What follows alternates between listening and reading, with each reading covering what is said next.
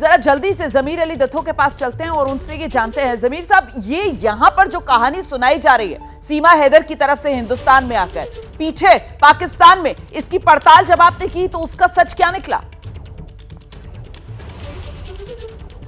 जी रुमाना, बिल्कुल ये एक इंतहाई हैरत अंगेज कहानी है सीमा हैदर की, क्योंकि सीमा हैदर की जानिब से जो दावे किए गए थे, जो कहानी सुनाई गई थी, उसको देखते हुए मैंने इस्लामाबाद से सफ़र किया कराची का, फिर कराची से जो सिंध का इलाका है वहाँ पर मैं इस वक्त मौजूद हूँ।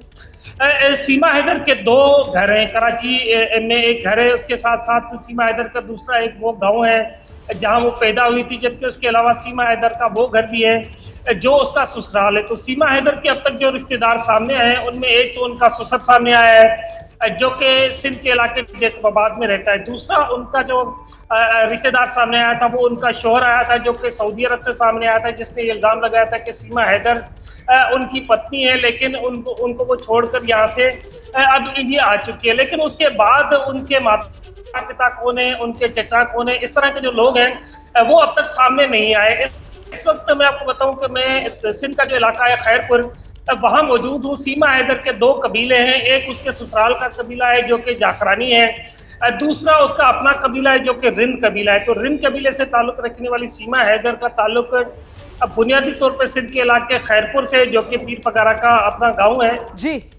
तो यहाँ पर जब मैं पहुंचा तो यहाँ मुख्तलिफ लोगों से मैंने बातचीत की, उनका ये कहना है कि सीमा हैदर के हवाले से कहा तो ये जा रहा है कि वो सिंध के इलाके खैरपुर से ताल्लुक रखती है, लेकिन सिंध के इलाके खैरपुर के कौन से इलाके से है, कौन से गांव से, कौन सी जगह से है, ये अभी तक उसका पता नहीं चला। तो सीमा हैदर के हवाले से सिंध में जितनी भी हमने इंक्वायरी की है, जितनी भी तहकीकात की है, अभी तक तो हमें सीमा हैदर का जो कैरेक्टर नजर आ रहा है वो मशकूक ही नजर आ रहा है, क्योंकि जिस तरह की उन्होंने ये बहुत बड़ी बात आपने अभी कही है।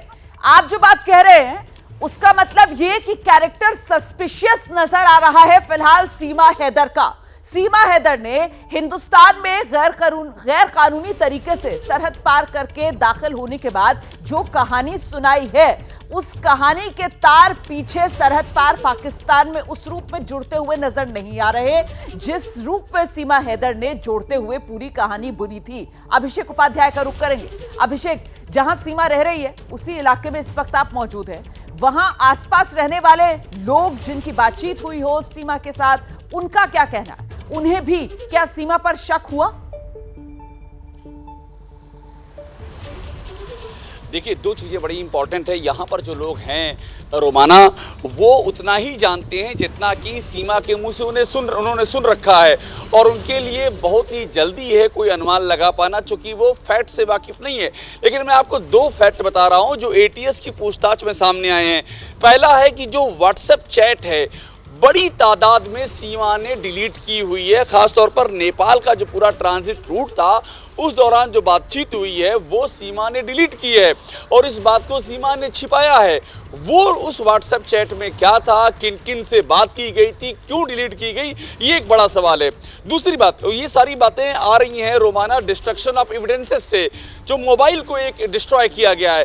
तो ये मोबाइल डिस्ट्रॉय करना, व्हाट्सएप चैट डिलीट करना, और ख़ास तौर पर नेपाल में जानकारी ये भी मिली एटीएस से पूछताछ में कि नेपाल में काठमांडू में बाकायदा सीमा को फैसिलिटेट किया गया है।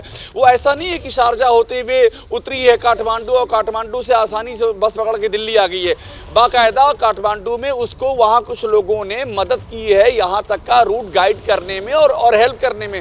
वो लोग कौन हैं, उनके बारे में सीमा आखिरकार इतना ज्यादा क्लियर क्यों नहीं बोल रही है, ये वो सवाल हैं रोमाना जो कि एटीएस की पूछताछ में सबसे बड़ी पहेली बने हुए हैं, और इन्हीं का जवाब पाने के लिए एटीएस सीमा को कल भी बुला ले गई थी, आज भी पूछताछ हो रही है। और जब तक ये गुत्थी सुलझेगी नहीं तब तक तस्वीर साफ होगी नहीं। जैसे ही घड़ी का काटा दोपहर 2:30 पे आए, बबीता जी का दिल सास बहू साजिश के लिए मचल जाए। और ये है इनकी बहू, पूरे दिन ऑफिस की टेंशन हो जाए गॉन जब ये करें अपना फेवरेट शो फ्री टाइम पे ऑन। इनकी तरह आप भी देखें अपना फेवरेट शो अपने टाइम पर, और डाउनलोड कीजिए एबीपी लाइव ऐप अपने स्मार्ट टीवी पर।